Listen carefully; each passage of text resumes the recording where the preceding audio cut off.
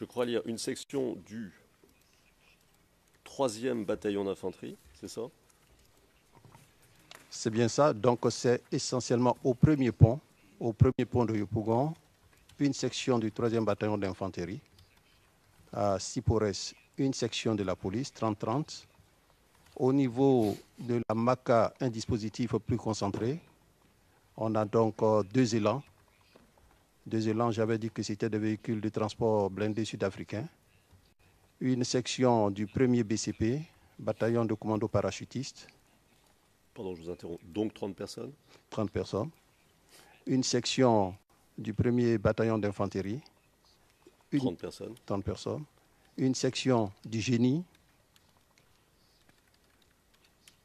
2 mortiers de 60.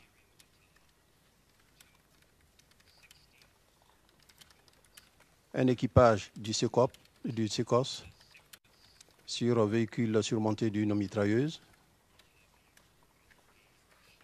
Nous avons une section de la gendarmerie en réserve d'intervention. Et l'ensemble de ces dispositifs était commandé par le chef d'escadron Koukouyon. D'accord. Donc ça, c'est Yopougon. Yopougon à la Maka. Ça, c'est l'ensemble Yopougon-Maka. Yopougon-Maka. D'accord. Overlapping. Le président, vous parlez tous les deux en même temps. Donc je disais, ça c'est l'ensemble Yopougon-Maka. C'est l'ensemble du dispositif pour Yopougon-Maka. C'est ça. C'est bien ça, maître. D'accord. Alors ensuite, alors ça c'est l'ensemble, pardon, question pour être tout à fait clair, l'ensemble du dispositif pour Yopougon-Maka durant l'ensemble de la crise. Est-ce que c'est ça? C'est bien ça, maître. D'accord. Alors ensuite, Adjamé Plateau. Alors, à Adjamé Plateau, nous avons donc au premier pont, au pont de la Casse, un peloton de la gendarmerie, c'est aussi une section. Mais à la gendarmerie, ce sont des pelotons. Donc 30 hommes. 30 hommes. À la cité Fermont, une section, un peloton de la gendarmerie. Au GSPM, une section de la police. À Boribana, une section du 1er bataillon de commandement et de service. À la RAN, à la gare RAN, Régie Abidjan-Niger, une section de la garde républicaine. Et l'ensemble de ce dispositif était donc placé sous le commandement du lieutenant-colonel Maudit de la garde républicaine, avec une section de la garde républicaine en réserve d'intervention. D'accord. Et là encore, une section de la garde républicaine, c'est toujours 30 personnes à peu près. C'est bien ça. D'accord. Donc ça, c'est Adjamé Plateau. Maintenant, Cocody. À Cocody, nous avons, au niveau de la Riviera 3, une section du BB, du 1er bataillon blindé. Au niveau du carrefour de la Vie, une section du 1er bataillon d'infanterie. Au niveau de la rue du Jardin, des élèves de l'école de gendarmerie. À Pétro-Ivoire, une section mixte de la police et de la gendarmerie. Au niveau de Saint-Jean, une section de la police. Au niveau de la RTI, nous avions donc un peloton de la gendarmerie, une section du 1er BCP, bataillon de commando parachutiste, les deux sections étant appuyées par un peloton blindé et par des bitubes de vin, du bazar. Au niveau du Golfe, donc, nous avons côté Marie-Thérèse Oufet-Boigny et côté Mputo.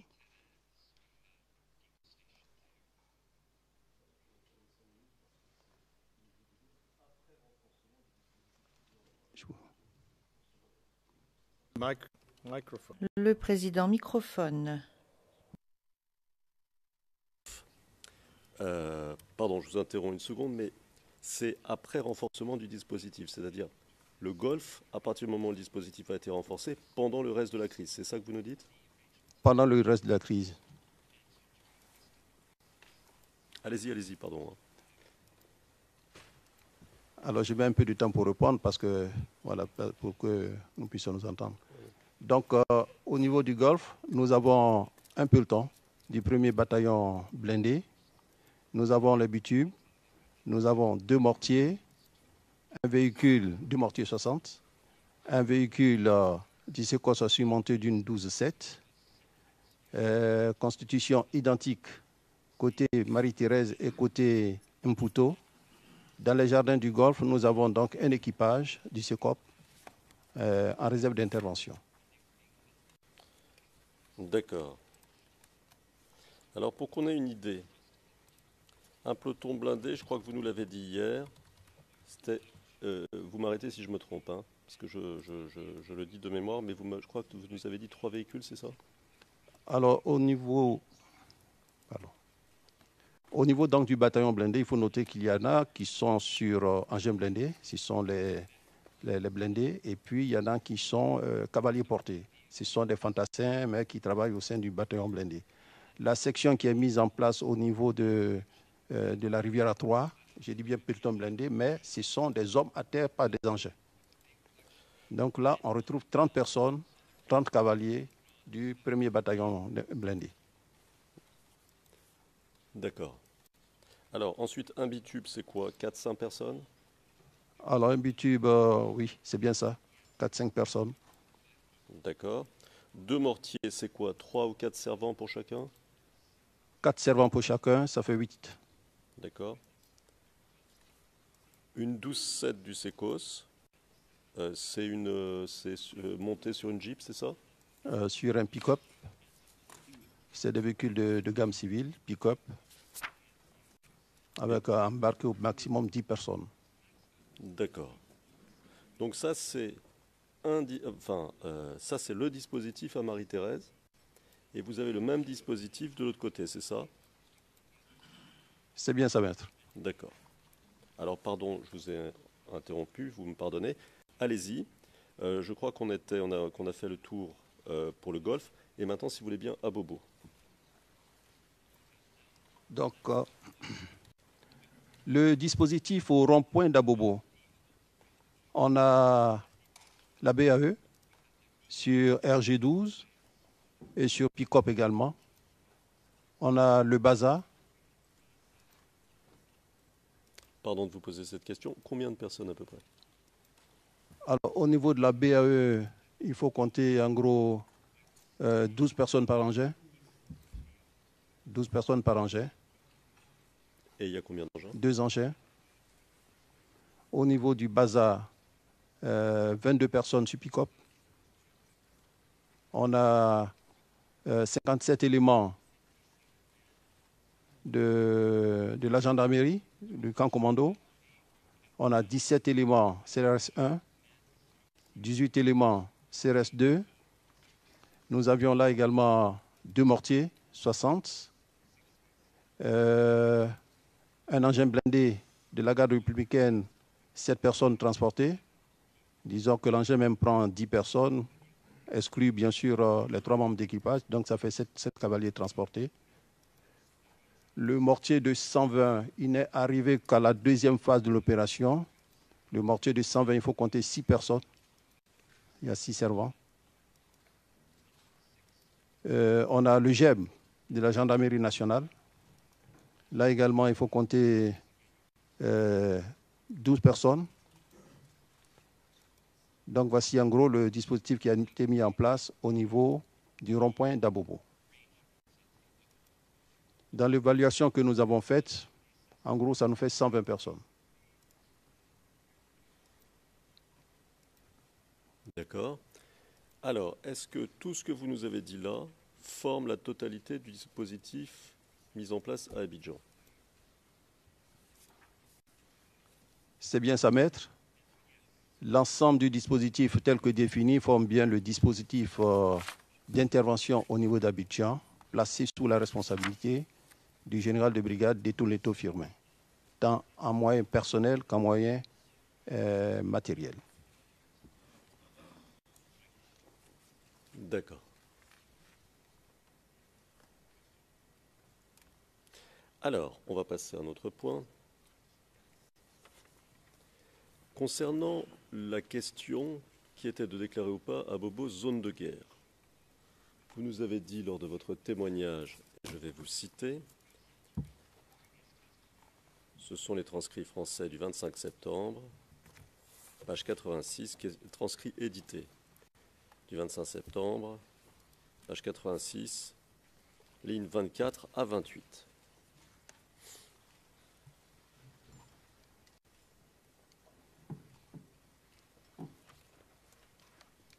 À la question qui vous est posée par le représentant de l'accusation.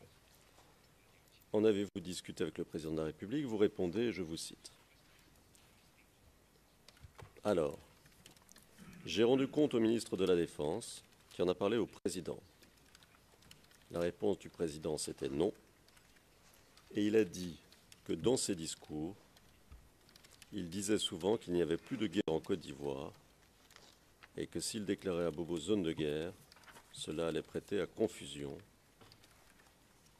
Donc, on ne l'a pas fait.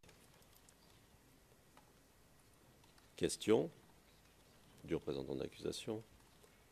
Donc, on retient qu'Abobo n'a jamais été un ou quartier à l'intérieur.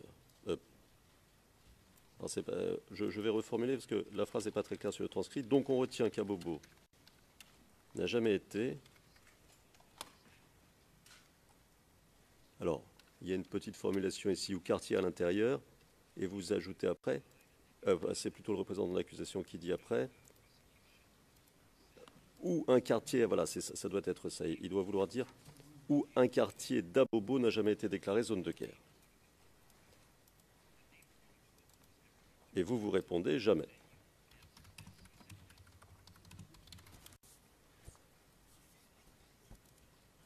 Alors il pose une autre question. Secondo, mais cette discussion, c'est avec le ministre. Et ma question, je repose ma question, juste pour être bien certain, est-ce que c'était une réponse directe ou une discussion directe avec le président ou via le ministre? Et la réponse. Et vous répondez, non, je me suis déplacé pour aller voir le ministre pour lui proposer ça. Le ministre a appelé le président, ils en ont discuté, et il a reçu la réponse du président, et il m'a ramené la réponse. Fin de citation. Donc, si je comprends bien votre témoignage, le ministre n'a pas appelé le président devant vous, c'est bien ça? C'est bien ça, maître. D'accord. Donc, vous ne savez pas si le ministre a appelé le président? Je sais qu'il a fait, puisqu'il m'a ramené la réponse au retour du président.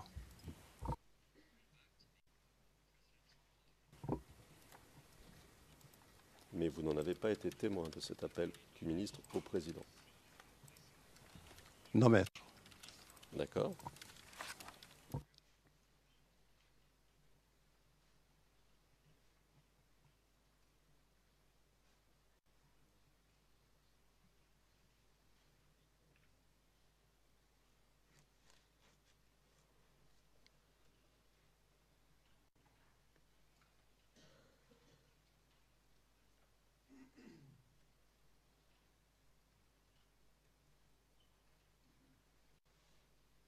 Alors, on va passer à un point différent.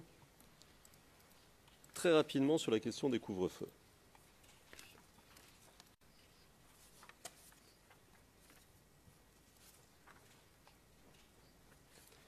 Si on a bien compris ce que vous nous avez dit,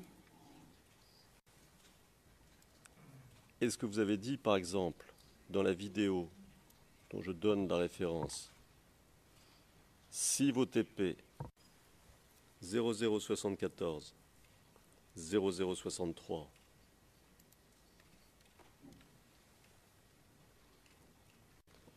le couvre-feu est une mesure exceptionnelle qui permet aux FDS de poursuivre leur mission de sécurisation.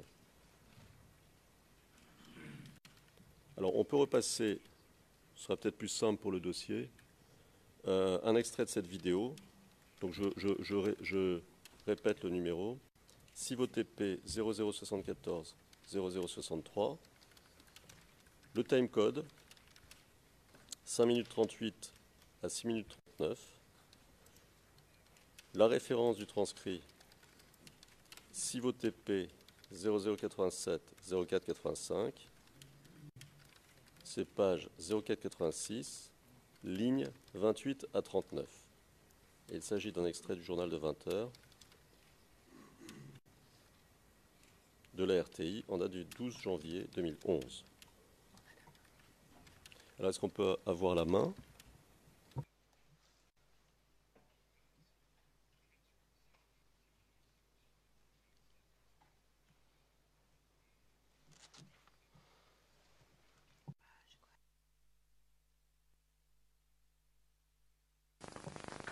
Devant une telle atmosphère de quasi-insécurité et de menaces de guerre dans laquelle vivent les laborieuses populations de cette commune, des menaces d'attaques armées contre les forces de défense et de sécurité de Côte d'Ivoire, la mesure d'urgence suivante est prise.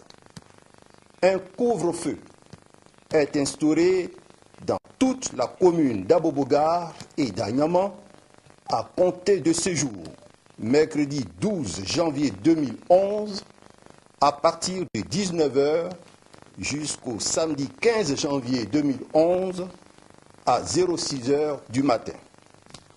Cette mesure exceptionnelle permettra aux forces de défense et de sécurité de Côte d'Ivoire de poursuivre avec engagement et fermeté leur mission régalienne de sécurisation et de protection des populations.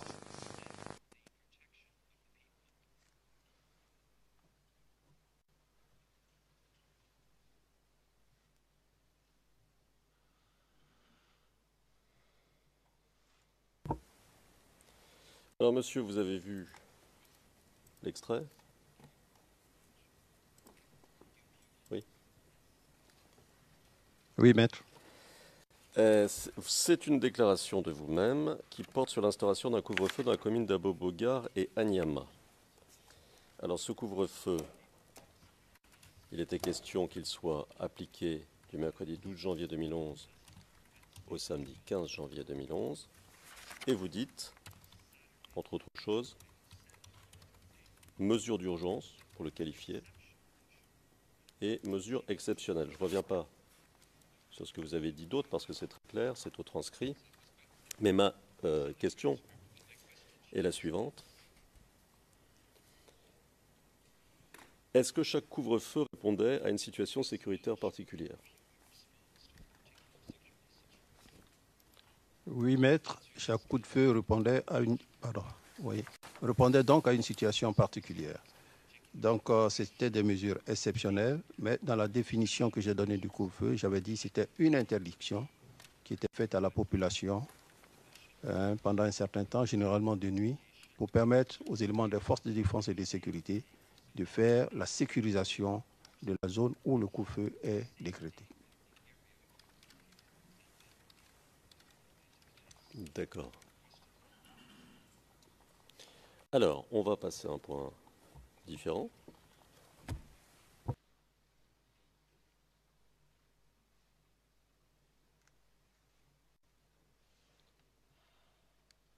Bon, pour que les choses soient tout à fait claires, je reviens un instant sur ce que vous nous dites ici. Donc, le but, ce que vous nous dites, c'est que le but, c'était pour protéger, ces couvre-feux étaient pris pour protéger les populations. Est-ce que c'est ça que vous nous dites ? Absolument, toutes les mesures que nous prenons, ce sont des mesures sécuritaires. Parce qu'à cette période, il y avait des tueries de nuit. Donc, nous avons voulu vraiment sécuriser la zone de manière à rassurer la population. D'accord, je crois que c'est très clair maintenant. Alors, on va passer à un point différent. Est-ce que vous pourriez nous parler un peu plus précisément des règles d'engagement et d'abord des règles d'engagement en matière de maintien de l'ordre.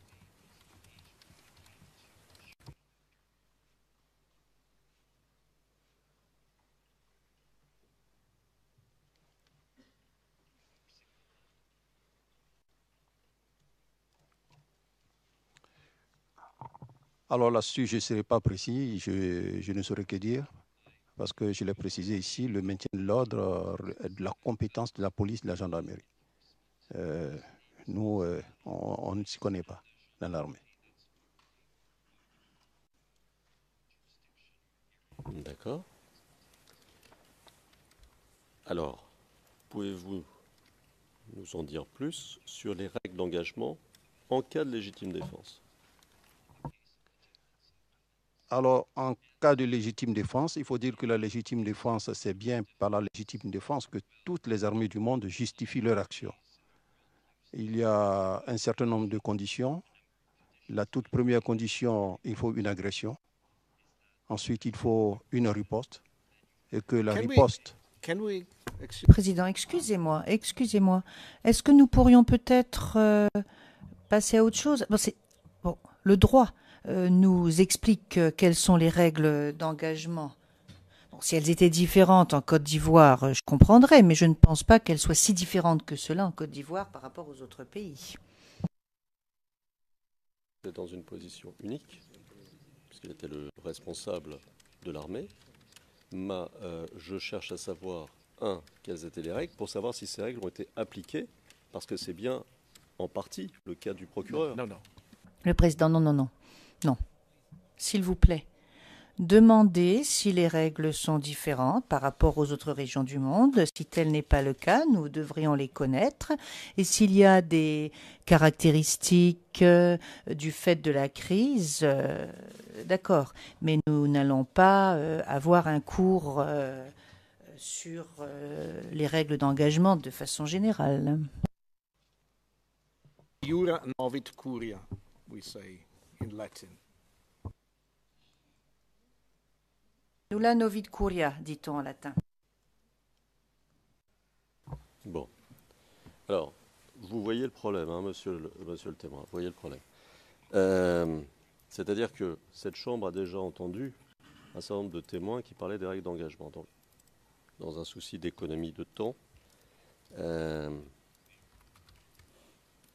il n'est pas indispensable, c'est la position du président, que vous répétiez ces règles, le détail de ces règles. Alors, je vais vous poser la question autrement. À votre connaissance, ou plutôt, comment faisiez-vous pour être sûr que ces règles s'appliquaient sur le terrain au cours des opérations? C'est généralement dans les comptes rendus. Parce que quand nous élaborons un ordre d'opération, il y a toujours des conduites que nous donnons à nos éléments en ce qui concerne la règle d'engagement. Alors, dans l'armée, on dit conduite à tenir en cas de progression.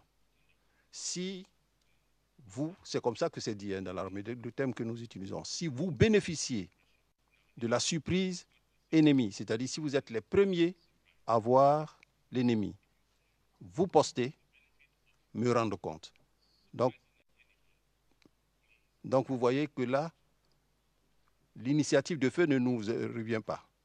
On voit l'ennemi, on rend compte au chef. Et le chef donne la conduite à tenir. Si en cours de progression, c'est l'ennemi qui vous voit et qui vous tire dessus, ripostez, vous postez, me rendre compte. Donc, dans les deux cas, nous n'avons pas l'initiative de feu. Nous ne tirons pas les premiers. Il faut qu'on nous tire dessus. Et une fois qu'on nous a tiré dessus, on riposte, on rencontre et on reçoit la conduite à tenir. D'accord. Donc ça, c'était, si je puis dire, une politique de vos troupes pendant toute la crise. C'est ça une politique que vous appliquiez à vos troupes et qu'elles appliquaient à leur tour sur le terrain pendant toute la crise. C'est ce que vous nous dites? C'est bien ça. L'objectif essentiel, était d'avoir la discipline de feu. Il faut qu'il y ait une discipline, on ne tire pas n'importe comment. D'accord.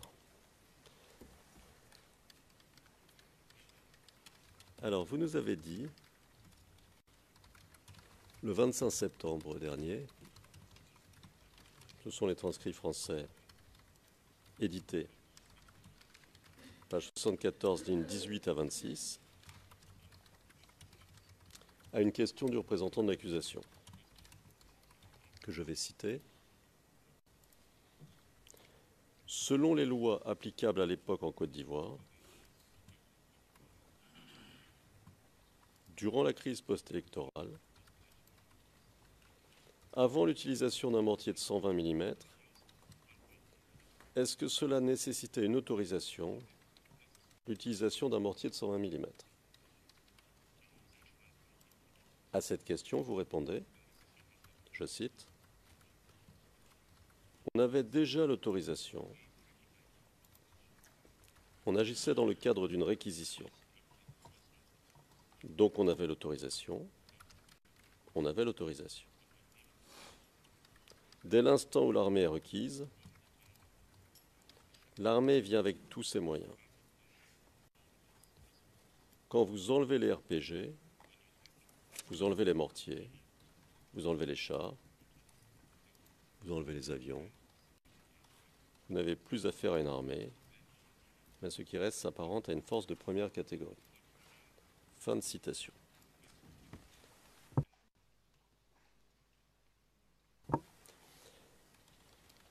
Donc si je comprends bien ce que vous nous dites là, la question étant celle du mortier de 120 mm, vous avez bien fait attention à ce que je vous disais. Donc si je comprends bien ce que vous nous dites, la possibilité d'utilisation des armes de guerre, quelles qu'elles soient, était implicite dans la réquisition. Est-ce que c'est ça que vous nous dites?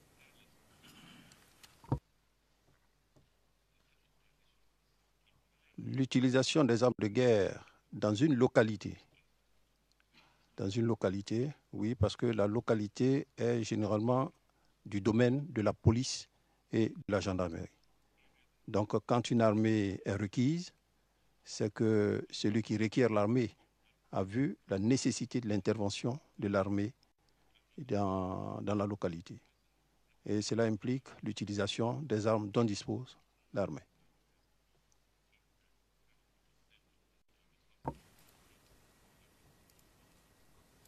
Donc je vais vous poser la question un tout petit peu différemment, mais pour que ce soit très clair. Vous n'avez donc, si je comprends ce que vous me dites là, jamais eu de délégation particulière pour l'utilisation de telle ou telle arme spécifique. Vous comprenez ma question? Non, maître. D'accord.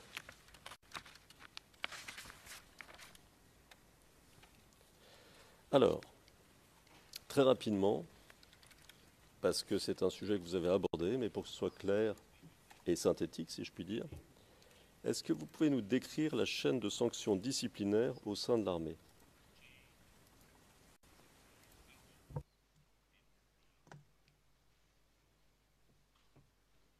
Donc, nous avons les consignes, nous avons les jours de prison d'arrêt,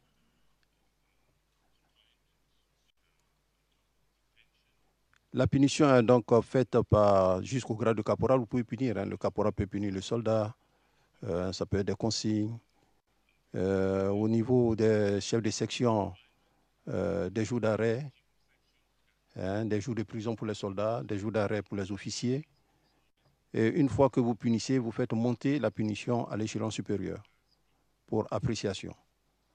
Si la première autorité qui inflige la punition estime que la punition est suffisante, elle transmet la punition à titre de compte-rendu. Parce que la punition, une fois que l'élément est puni, ça doit être dans le dossier pour qu'on puisse suivre cet élément. Si l'autorité qui punit estime que la punition n'est pas suffisante, elle transmet alors la punition avec DAS, demande d'augmentation sévère. En ce moment, ça va à l'échelon supérieur et le chef qui apprécie inflige la punition. Si à son niveau, lui, il estime que ce qu'il a donné comme taux de punition est satisfaisant, il peut arrêter la punition à son niveau, mais il transmet quand même la punition pour que ça soit au dossier. Donc, si vous demandez une augmentation sévère en fonction de la faute commise par l'intéressé, ça monte jusqu'au général et ça peut aller jusqu'au ministre, voire même jusqu'au président de la République, pour certaines punitions assez graves.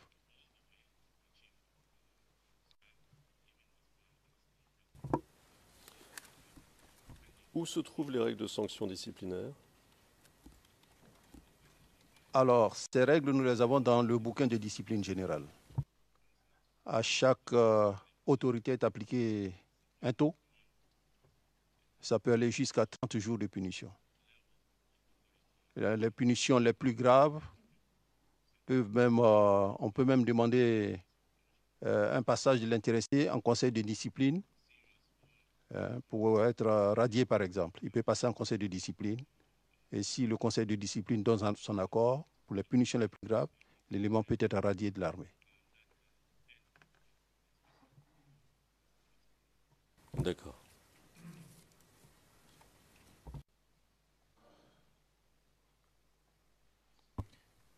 And this was also a general list. Le président, c'est également une leçon d'ordre général sur les mesures disciplinaires.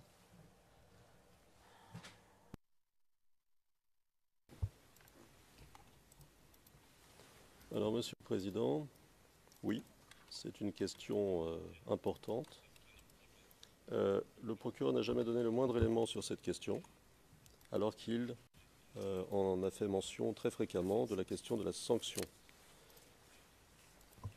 Et donc, il est important que nous puissions préciser les choses, non seulement pour nous, mais pour le bénéfice de l'ensemble des partis et de la Chambre. Alors, monsieur. Yes. Le président, oui.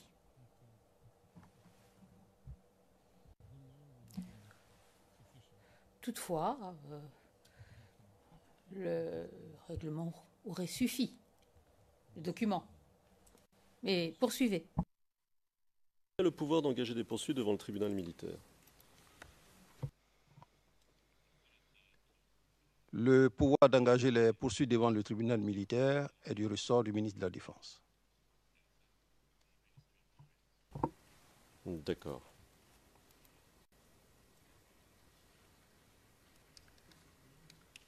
Le commissaire devant le tribunal militaire ne peut pas se saisir lui-même d'un certain nombre de cas?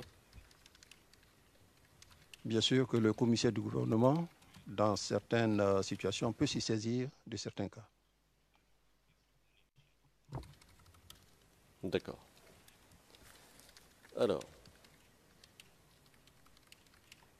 on va passer à autre chose.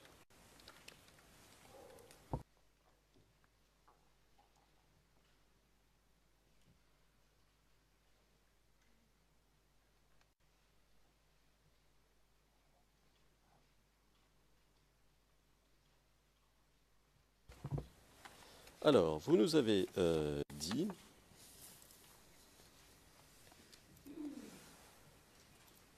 que lors de l'opération du 24 février à Bobo, c'est le général Palasset, commandant la force Ticorne, qui vous avait parlé de l'utilisation de mortiers de 60 mm. Vous vous souvenez de ça?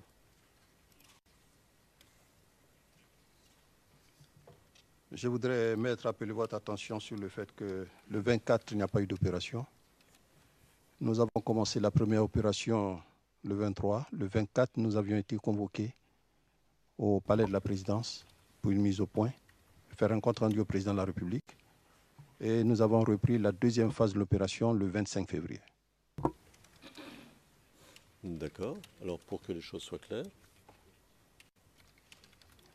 je vais vous reposer la question autrement. Vous nous avez dit, en réponse à une question du représentant de l'accusation, que le général Palasset vous avait informé lors de l'offensive sur Abobo de l'utilisation, d'après lui, de mortiers de 60. Quand, à quelle occasion était-ce et quand était-ce? Quel jour? Donc, cette information a été donnée à la première offensive, le 24 février, l'utilisation des mortiers de 60.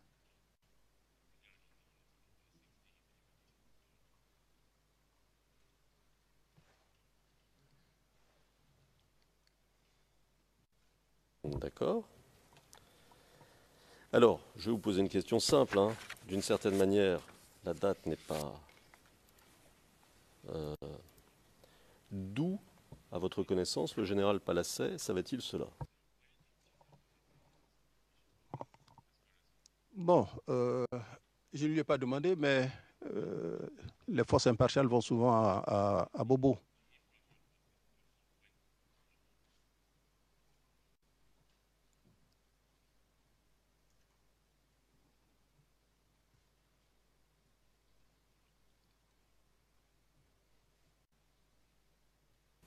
Alors, on passe à un autre thème.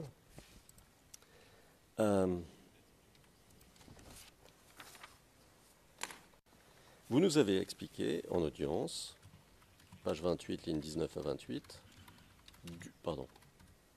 en audience du 25 septembre. Ce sont les transcrits français édités du 25 septembre, page 28, ligne 19 à 28.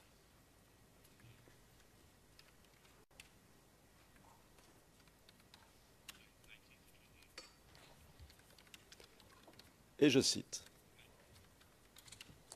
à une question du représentant de l'accusation. Alors, j'aimerais revenir sur la question des rencontres avec le président Gbagbo, tel qu'il était alors. Mais je veux changer la période et je veux maintenant nous situer dans le temps entre le 1er octobre 2010 et le jour du deuxième tour des élections, soit le 28 novembre, donc ce qu'on peut appeler la période électorale. Étiez-vous en contact avec M. Gbagbo? Ça, c'est la question. Vous répondez, je cite, « Oui, oui, j'étais en contact avec le président Gbagbo. » Question. Était-ce toujours de la même manière, par voie de téléphone et en personne? Vous répondez, je cite, « Par les deux moyens, voie de personne, rencontre personnelle et par voie de téléphone. » Alors, je voudrais vous demander une précision, à fin de citation. Je voudrais vous demander une précision concernant ce que vous avez dit. Combien de fois avez-vous rencontré le président Gbagbo pendant cette période, c'est-à-dire, je reprends le cadre temporel du représentant de l'accusation, entre le premier et le deuxième tour des élections présidentielles?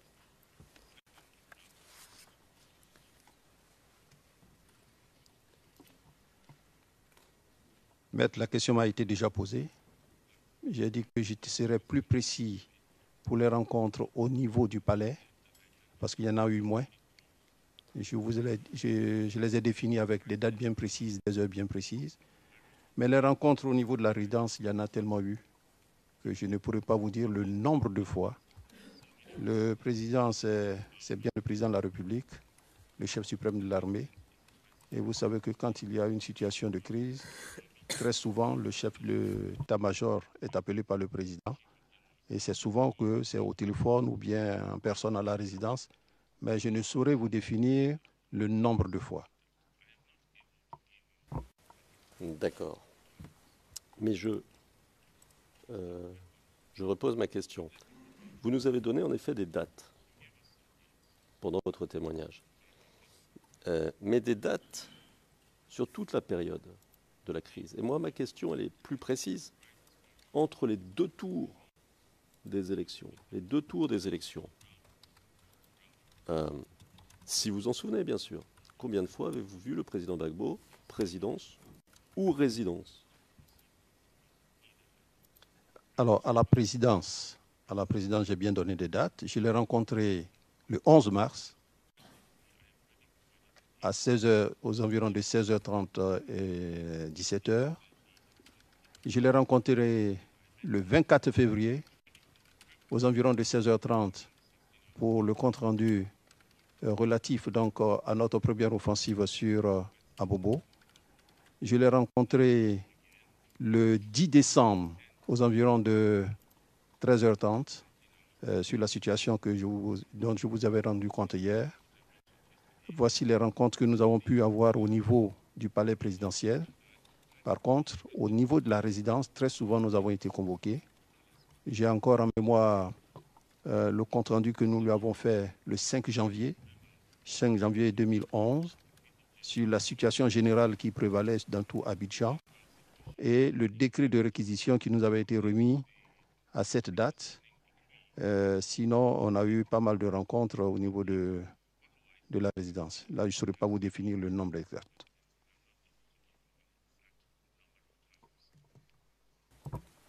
D'accord.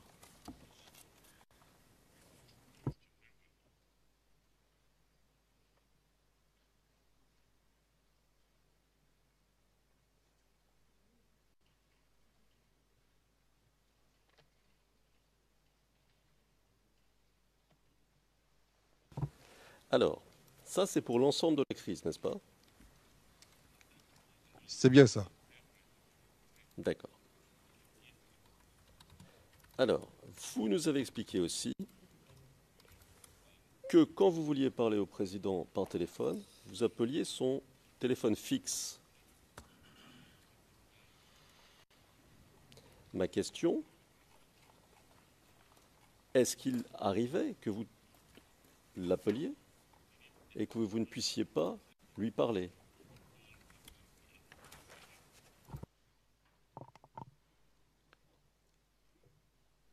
Oui, mais il m'est arrivé d'appeler et puis je n'ai pas pu avoir le président.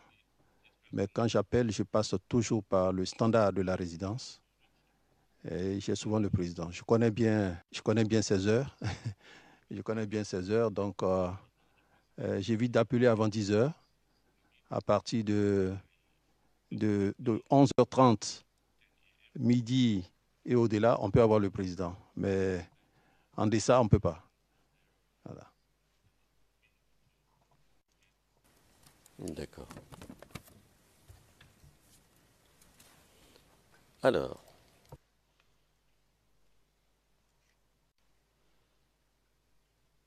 vous nous avez parlé de plusieurs réunions. Est-ce que vous pouvez nous dire comment se déroulaient ces réunions, en règle générale? C'est-à-dire avec qui vous arriviez, qui ouvrait la réunion, qui prenait la parole, et éventuellement si le président disait quelque chose ou pas. Qu'on ait une idée de la façon dont ça se passait.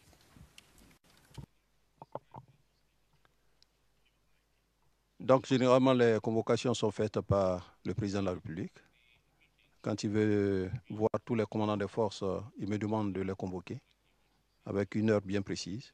Nous arrivons à 7 heures et le président nous reçoit. Il faut dire qu'il est très jovial, hein, le président. Donc, avant la réunion, il nous raconte de petites blagues pour faire rire, pour détendre un peu l'atmosphère.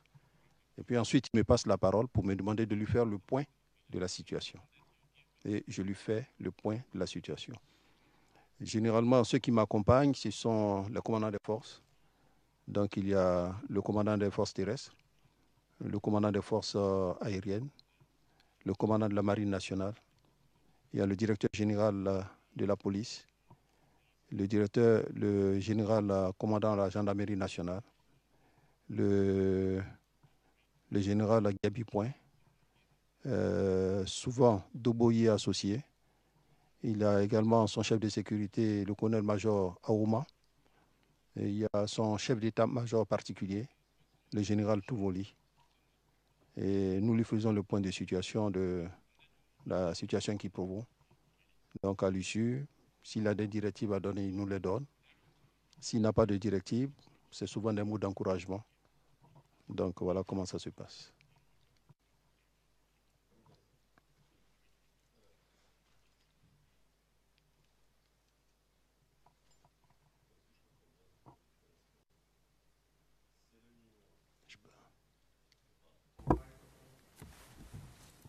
Il est ouvert. It's on only now. Le président, il est ouvert maintenant. Monsieur Mangou. Alors, que disais-je? Ah oui. Donc si je comprends bien ce que vous nous dites, c'est que ces réunions, lors de ces réunions, le président pouvait, ou pas, donner ce que vous appelez, vous, des instructions, mais il arrivait qu'il ne donne pas d'instructions. Est-ce que c'est exact? Oui, c'est exact. Si c'est un compte-rendu qui ne nécessite pas qu'il donne d'instruction, il n'en donne pas. Je prends l'exemple de la réunion que nous avons eue, par exemple, le 24 février, où nous lui avons fait un point de situation relatif à la première offensive que nous avons menée sur Bobo, avec toutes les difficultés que nous avons rencontrées. Là, il nous a donné une instruction, il nous a demandé de libérer l'axe Maka à Bangoro. Donc, ce n'est pas toujours qu'il le donne, mais quand ça nécessite, il nous donne des instructions.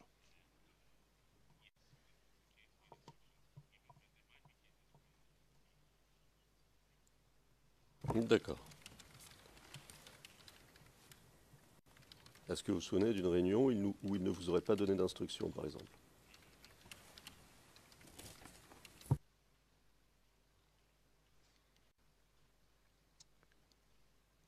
Oui, je me souviens d'une réunion où il n'a pas donné d'instructions. Où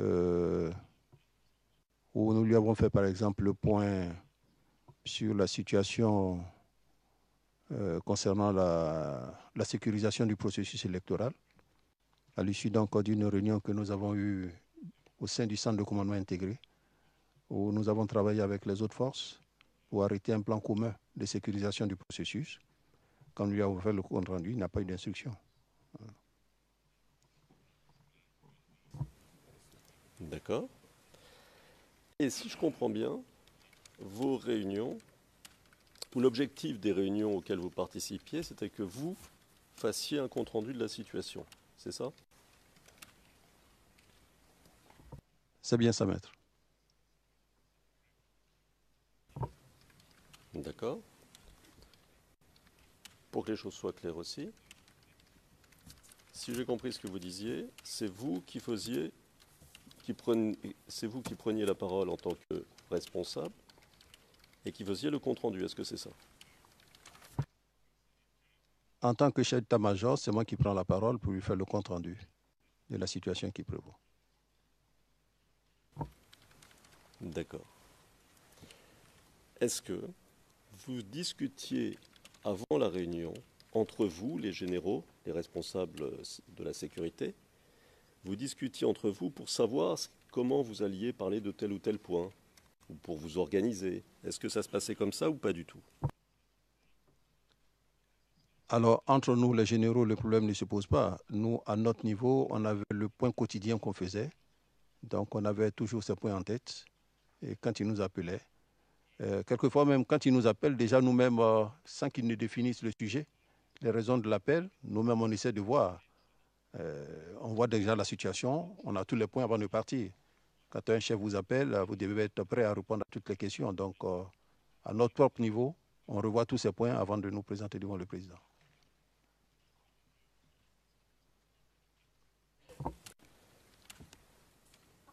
Donc vous dites que de toute manière, vous vous parliez, puisque vous aviez ce point quotidien, et pour que les choses soient claires, vous vous parliez entre généraux, puisque vous aviez ce point quotidien, et pour que les choses soient claires, ce point se faisait-il à l'état-major?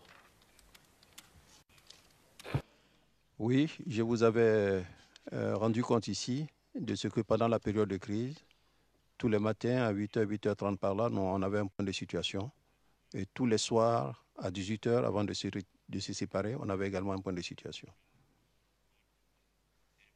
Mais en dehors de ces réunions, il faut noter que mon CO, c'est-à-dire le CPCO, le Centre de coordination et de planification des élections, pardon, des opérations, avait toujours un point de situation. Il faisait une mise en jour quotidienne du point de situation. De sorte que quand on demande au chef d'état-major, mais quelle est la situation qui prévaut, qu'il puisse en faire un compte rendu.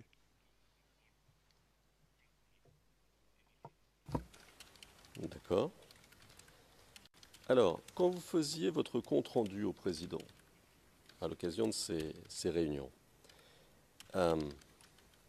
est-ce que vous exprimiez le point de vue de tous les généraux, ou votre point de vue personnel?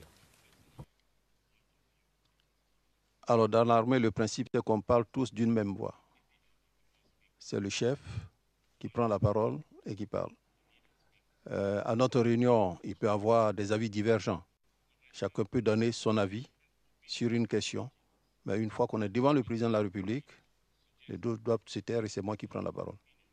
Parce que parler après moi, c'est preuve d'indiscipline. Ça, c'est un principe dans l'armée et les gens doivent respecter ça. D'accord. Et le président vous écoutait? Oui, le président était très attentif à ce qu'on lui disait. D'accord. Alors, donc, est-il juste de dire que lorsque vous faisiez ce compte-rendu, c'était un compte-rendu qui était en quelque sorte la voix des généraux?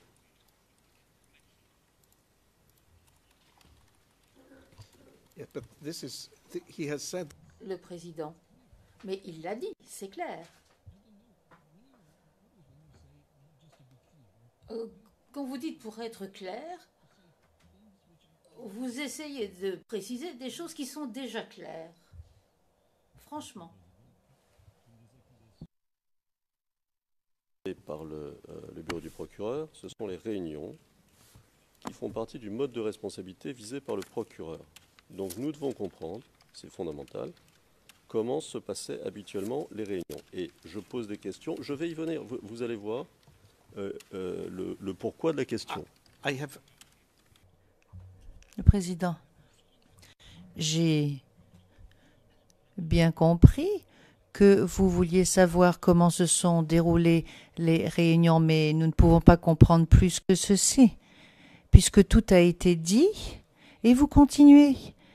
Et vous dites pour être clair, et pour être clair comme de l'eau de roche, et pour être encore plus clair. Mais tout est clair. Parce que je pense que le témoin répond justement de façon très claire aux questions. Donc point n'est besoin de continuer. Autrement. Si j'ai bien compris pendant ces réunions, il arrivait que le président ne donne pas d'instructions, ce que vous nous avez dit, et il arrivait aussi qu'il donne des instructions. Et vous avez pris comme exemple la réunion du 24 février, où il a donné une instruction générale, disons, reprendre tel axe. Alors, ma question est la suivante. Si je comprends bien, lors de ces réunions, à part d'éventuelles instructions générales, il n'y avait pas de véritable prise de décision opérationnelle. Est-ce que c'est exact? Vous voulez dire de la part du président? Oui, et en général, si je comprends ce que vous avez dit, et j'essaie de comprendre ce qui se passait dans ces réunions, et pour aller vite sur les instructions du président, je vous pose la question comme ça, il n'y avait pas de vraie discussion. Objection. Monsieur MacDonald, objection, objection.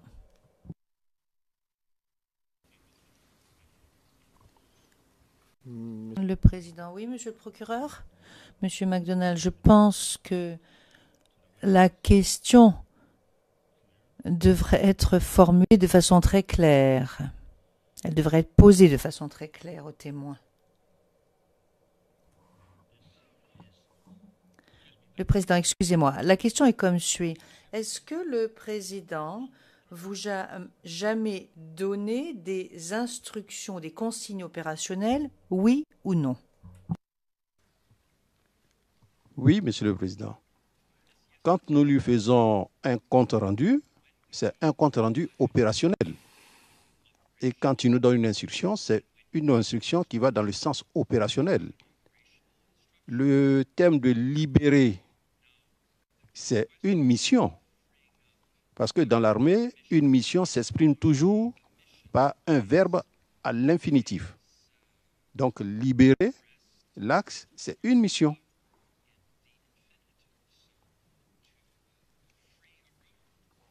Can you give us Le président, est-ce que vous pourriez nous donner quelques exemples?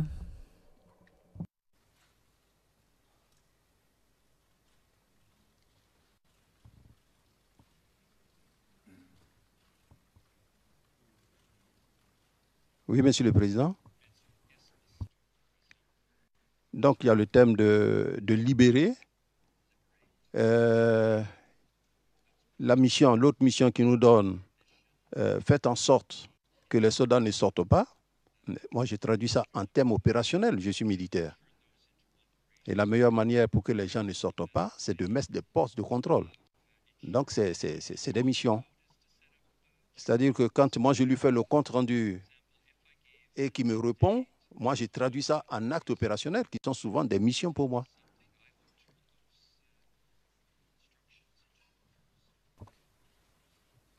Mettre le titre. Merci, Monsieur le Président. Alors, à propos de la réunion du 24 février 2011, vous nous avez dit lors de votre témoignage, transcrit français édité du 26 septembre 2017, page 62, ligne 1 à 7.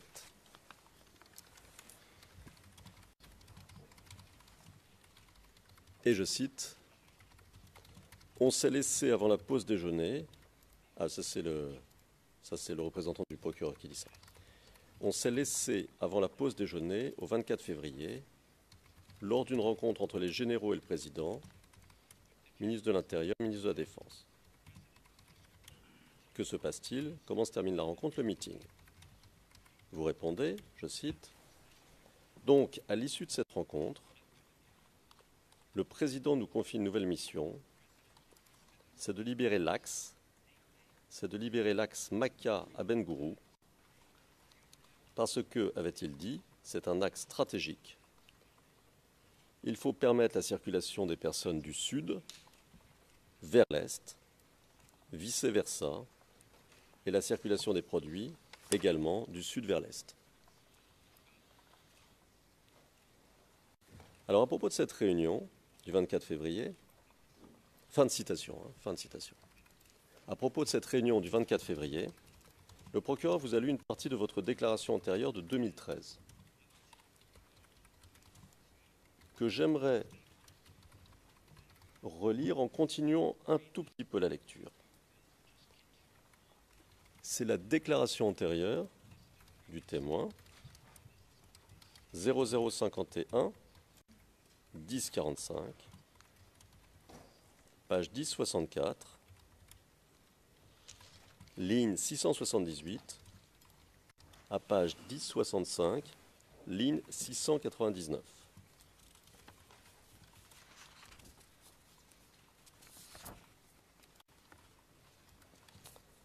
Alors,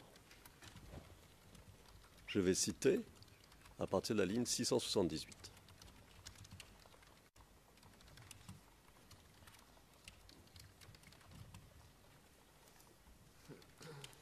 Personne entendu, c'est-à-dire vous. Et ce jour-là, j'avais une carte d'Abobo. Intervieweur, personne entendu. Et nous avons déployé la carte. Intervieweur, oui. Personne entendu. Au mur, et nous lui avons rendu, nous l'avons informé. Nous avons donc fait le compte-rendu des actions que nous avons menées et des difficultés rencontrées sur le terrain. Intervieweur 1, d'accord. Et c'était quoi la réponse du président? Personne entendu. Alors que vous soyez informé déjà sur les actions qu'on a menées.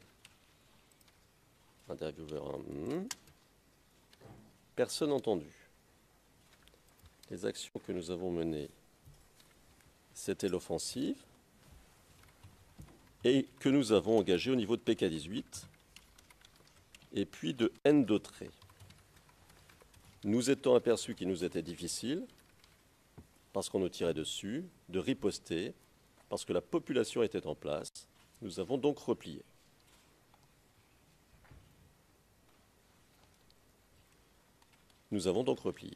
Et quand nous avons replié, il nous a demandé de tout faire pour libérer l'axe à Ben-Gourou Maka, c'est-à-dire l'axe qui passe par Ndautré.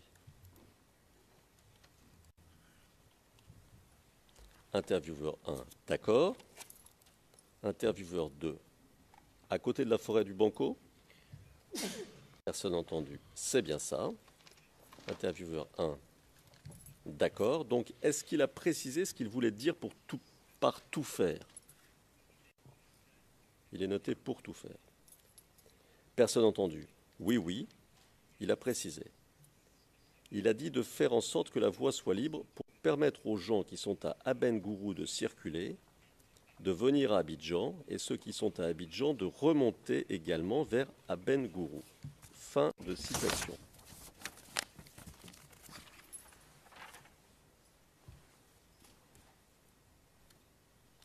Donc ma question, le président a exprimé le souhait de voir reprendre l'axe. Ça c'est clair tout dans ce que vous dites. Mais là, il n'y a pas eu de discussion opérationnelle, si l'on vous comprend bien, n'est-ce pas? Opérationnel, ça veut dire les détails de l'opération. Là, il donne une instruction générale. C'est ça ma question. Est-ce qu'il y a eu une discussion sur des détails? Alors, pardon. Maître, il n'appartient pas au président de définir les détails. Le président me dit tout simplement de libérer. Moi qui suis militaire, les détails, c'est à mon niveau.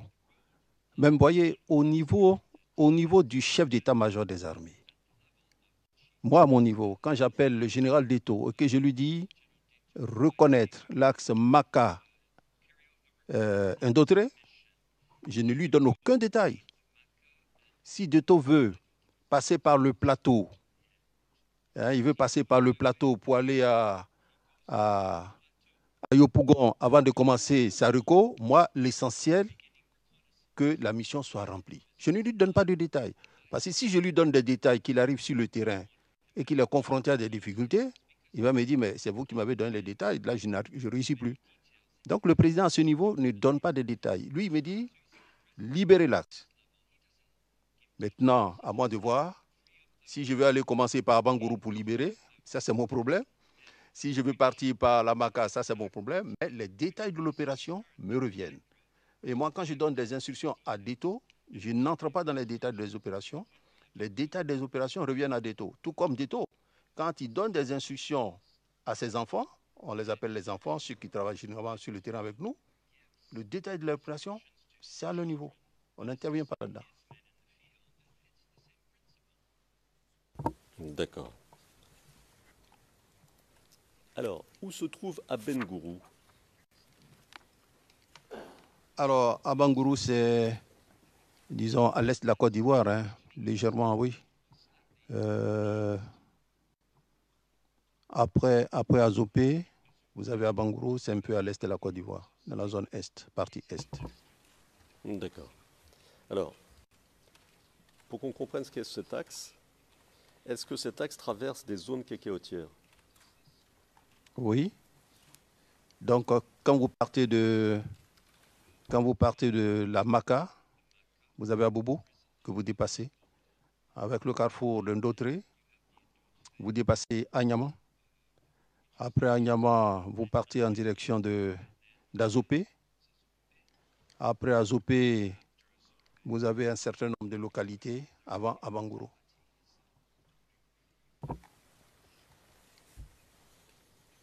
Est-ce que c'était la période de la récolte du cacao? Non, ce n'est pas la période de la récolte du cacao, mais il faut noter que c'est une zone de production. Donc, très souvent, les produits vivriers y descendent, de même que les produits agricoles, parce que c'est une grande zone de cacao. Et puis, il y a aussi le fait que cet axe peut mener directement à la frontière du Ghana. Donc, c'est un axe important, effectivement.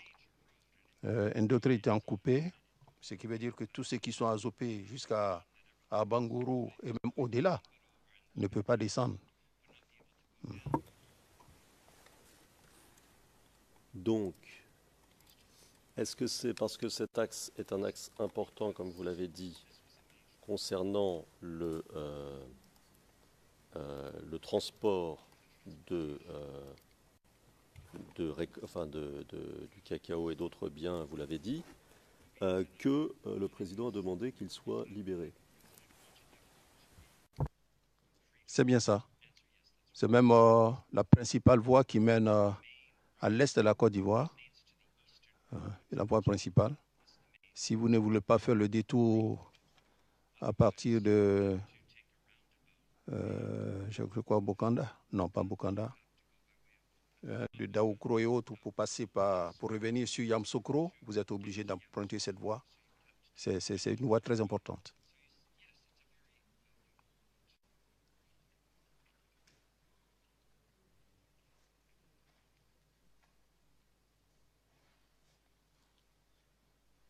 D'accord. Alors, je vous demande une seconde.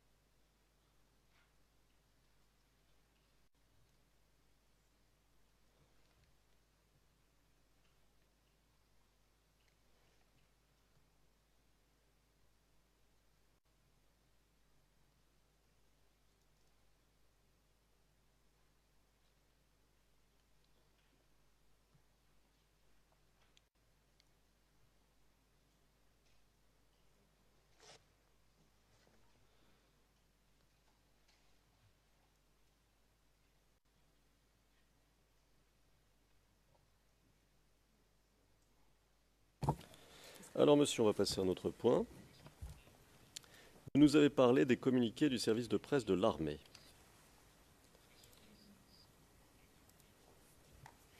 Alors, je vais vous lire très rapidement un petit extrait sur ce point précis. C'est dans les transcrits français édités de l'audience du 25 septembre 2017, page 76, lignes 12 à 28, à page 77, lignes 1 à 4. Et à une question du représentant de l'accusation, je cite. J'aimerais juste poursuivre et vous poser maintenant des questions sur le porte-parole des forces de défense et de sécurité. Alors, on sait que le porte-parole était, parce qu'on l'a vu, le colonel, le feu colonel Babri Hilaire. Alors, expliquez-nous un peu son rôle en tant que porte-parole, comment ça s'articulait, comment on en arrivait à l'émission de communiqué, quel était le processus, et ainsi de suite. Et vous répondez, je cite, alors, Hilaire jouait le même rôle que joue le porte-parole de la CPI.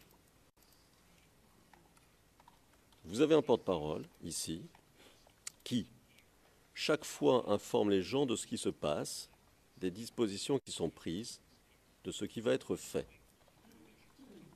Au niveau d'état-major, c'est pareil. Donc, quand il y a un problème pour lequel le chef d'état-major doit s'exprimer, il envoie le porte-parole s'exprimer. Il y a eu plusieurs déclarations qu'il a faites. Tout est fonction de la situation du moment. Quand la situation du moment demande qu'il fasse une déclaration, je l'appelle, je fais le compte-rendu au ministre de la situation qui prévaut. Quelquefois, le ministre de la Défense me dit « Ok, faites un communiqué ». Et j'appelle le porte-parole pour dire « Faites un communiqué ». Et nous rendons compte au président Laurent Gbagbo. Quelquefois, quand il y a un communiqué à faire, le président lui-même demande qu'on lui lise le passage. On lui lit le passage. Quand tout le monde est d'accord, on fait le communiqué. Mais c'est souvent aussi que nous-mêmes, au vu de certaines situations, nous faisons le communiqué et nous rendons compte aux autorités. Fin de citation. J'ai tout cité pour que les choses soient, que tout ce que vous avez dit d'important soit là, parce que je voudrais comprendre. Si l'on reprend la fin du passage, c'est souvent aussi que nous-mêmes, au vu de certaines situations, nous faisons le communiqué et nous rendons compte aux autorités. Alors, première question, est-ce que vous voulez dire par là qu'il y a des communiqués que vous avez faits, vous, l'armée, sans demander d'autorisation à quiconque, puis ensuite vous rendez compte aux autorités. Tous les communiqués l'ont été avec l'accord du ministre de la Défense. Tous les communiqués. Avec le président de la République, un compte rendu lui est fait. J'ai précisé ici que c'est une ou deux fois seulement que le président a demandé qu'on lui lise une partie du communiqué. C'est moi qui l'ai fait au téléphone, j'ai lu, il a dit OK, c'est bon. Sinon, les communiqués sont faits après accord du ministre de la Défense. Bon, ben c'est bon, on a tout. Là. Voilà.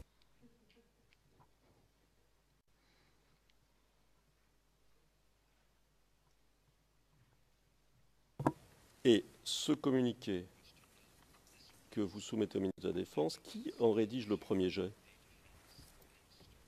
Le premier jet est toujours rédigé par le colonel Babri. Et ensuite, il vous le soumet, c'est ça? Ensuite, il me le soumet. Je le soumets au ministre. D'accord.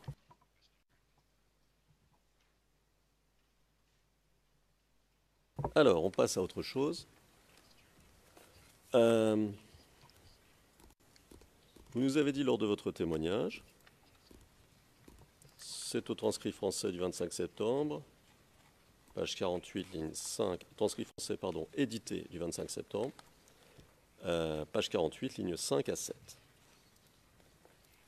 Quand la Côte d'Ivoire a été attaquée, et je cite, quand la Côte d'Ivoire a été attaquée, nous étions pratiquement passés, partis les mains nues sur la ligne de front. Fin de citation. Alors, première question, quand vous dites quand la Côte d'Ivoire a été attaquée, attaquée par qui?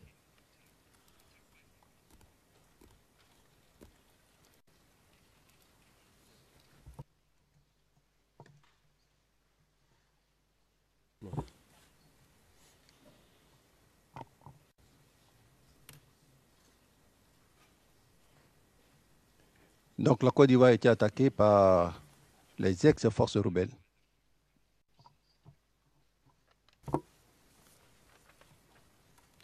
Et là, on parle de quand? On parle de la période de septembre 2002. D'accord. D'où venaient les attaquants? Alors, d'où venaient les attaquants? Il faut dire que lors de la première attaque, on ne savait d'où ils venaient. Parce que ça a été une tentative de coup d'État qui s'est muée ensuite en rébellion. Lorsqu'ils avaient attaqué la RTI, les forces de défense et de sécurité ont réussi à les repousser jusqu'au centre de la Côte d'Ivoire. Et à partir de là, ces forces se sont installées et on a commencé le combat avec elles. À l'époque, qui étaient les chefs des rebelles? Alors, ce que je peux vous dire, ils avaient un chef d'état-major, c'était le général Bakayoko.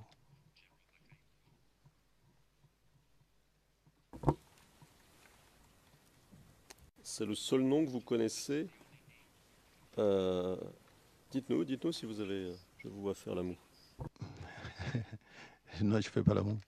Alors, juste pour dire, moi, en tant que militaire, mon interlocuteur, c'est le militaire que j'ai en face de moi. Hein.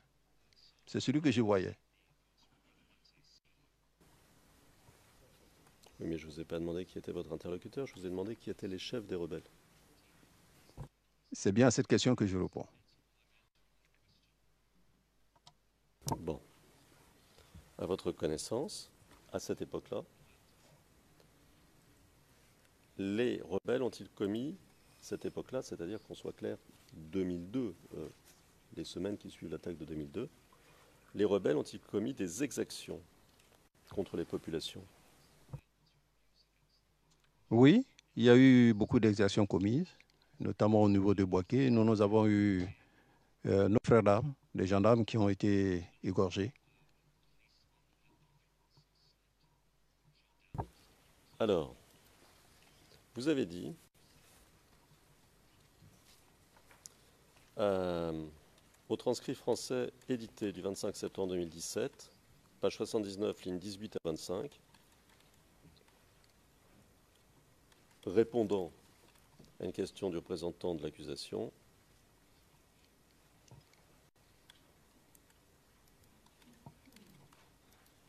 Concernant l'instruction.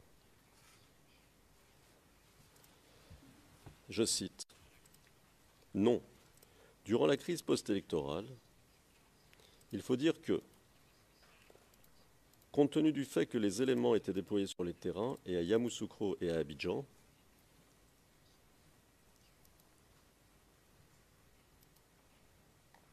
on n'a pas eu le temps de se retrouver dans les casernes pour faire cette instruction.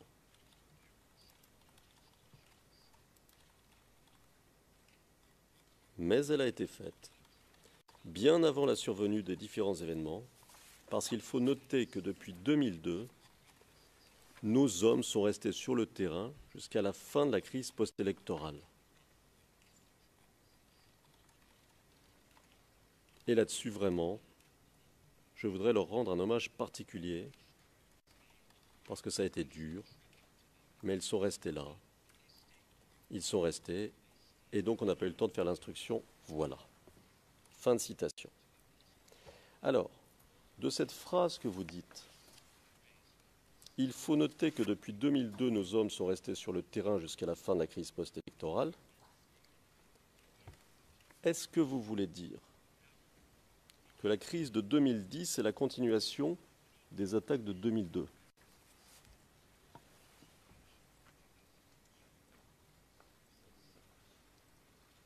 Non, c'est pas ce que je voulais dire. C'est pas ce que je voulais dire. Alors, si vous voulez, je vous reprends entièrement cette partie. Effectivement, quand nous avons été attaqués, nous sommes partis sur la ligne de front, les mains nues. Les mains nues parce que, j'ai eu à le souligner ici, la Côte d'Ivoire venait de connaître plusieurs mutineries, un coup d'État. Les armes étaient parties, nos véhicules étaient sur cale, les unités désorganisées quand nous sommes allés sur la ligne de front. Nous n'avions pas d'armes, je l'ai précisé ici, nous n'avions pas de munitions. Je me rappelle très bien que lorsque j'avais donné les premières instructions pour que nos éléments fassent mouvement sur Thiébissou, vous allez être surpris, mais c'est dans des véhicules de gamme civile qu'on appelle Abidjan Baka, qu'ils ont embarqué, qui ne démarraient pas. Nos éléments ont refusé d'embarquer. J'ai dû effectuer le déplacement de Yamoussoukro jusqu'à Thiébissou pour les convaincre d'embarquer. Aujourd'hui, le commandant Kwame Germain, s'il suit cette audience, et ces hommes qui étaient à Thiébissou peuvent s'en rappeler. Nos hommes ont combattu dans la faim. Et c'est pour ça que je leur rendais hommage, pour ce qu'ils ont fait pour le pays, pour leur détermination, pour leur disponibilité, pour leur esprit de patriotisme. Ils ont combattu dans la faim. Parce que pour une armée digne, lorsque vos hommes sont en train de faire mouvement vers la zone de déploiement, vous avez, en partant d'Abidjan, déjà une roulante qui est en train de faire la cuisine, de telle sorte que quand vous arrivez à Thiébissou, les hommes prennent leur repas avant d'aller dans la zone de déploiement. Mais nos hommes avaient de l'argent sur eux, ils arrivaient dans des localités désertes, ils ne pouvaient pas manger. Donc c'est vraiment dans des conditions extrêmement difficiles. De plus, les véhicules et autres qui ont été mis à leur disposition, les achats l'ont été par des civils qui ont cru devoir prendre une arme sans sa munition, une munition sans son arme.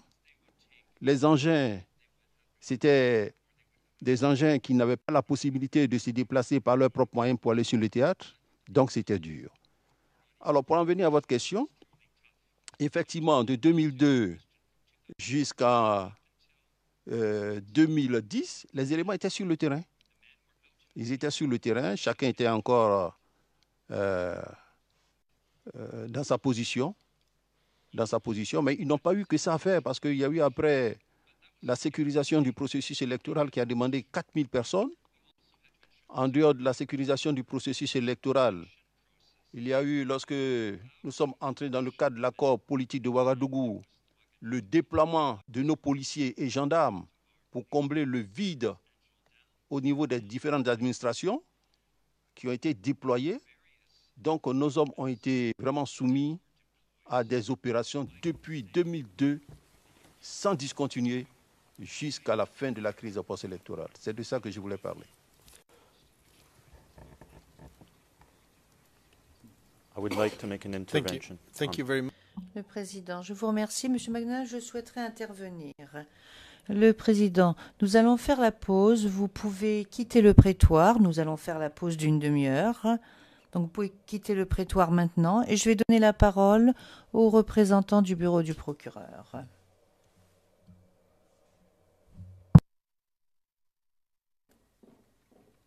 As promised at the beginning of this hearing, Je vais lui donner la parole comme je l'avais promis au début de cette audience.